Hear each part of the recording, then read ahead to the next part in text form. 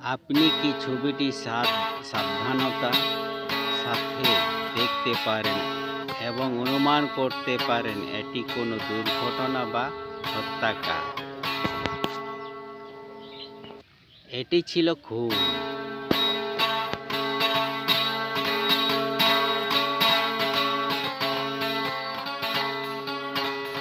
Police তথ্য পেয়েছে যে একজন অপরাধী বিমানবন্দর থেকে পালাতে চলেছে।